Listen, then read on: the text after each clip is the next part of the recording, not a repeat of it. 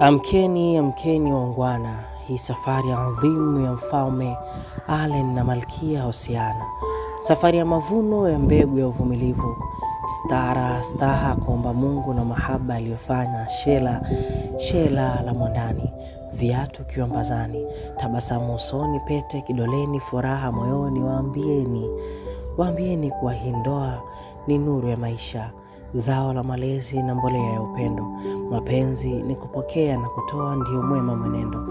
Huba limenikabidhi kwa mfalme wa wafalme hekaluni, mbele ya mashahidi madhabahuni, naye ndiyo maandiko akasema, mwanadamu asiwatenganishe, kwa sababu Aleni na Hosana wamekubaliana katika ndoa takatifu, wakakiri haya mbele za Mungu na mkutano huu.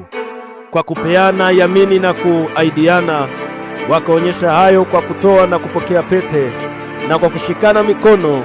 Nami na wanena kuwa mume na mke, kwa jina la Baba na la Mwana na la Roho Mtakatifu. Amen. Naye MC kwenye usiku akachombeza. Nami bila iana na kupoteza muda, naomba moja kwa moja niwalete kwenu.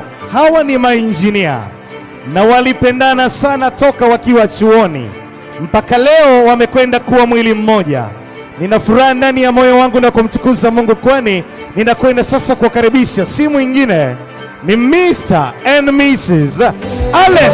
Ndiyo, Allen, injinia wa moyo wangu, mkandarasi. Ukiacha kusukuma damu, basi huba lako moyoni mwangu ndio umepata nafasi.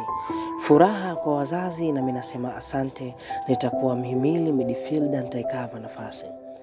Wazazi wameiweka idhini, kwa tabasamu wakatupa ya radhi. Nami asante kwa kunifanya mwanamke muhimu, kaninyanyua hadhi.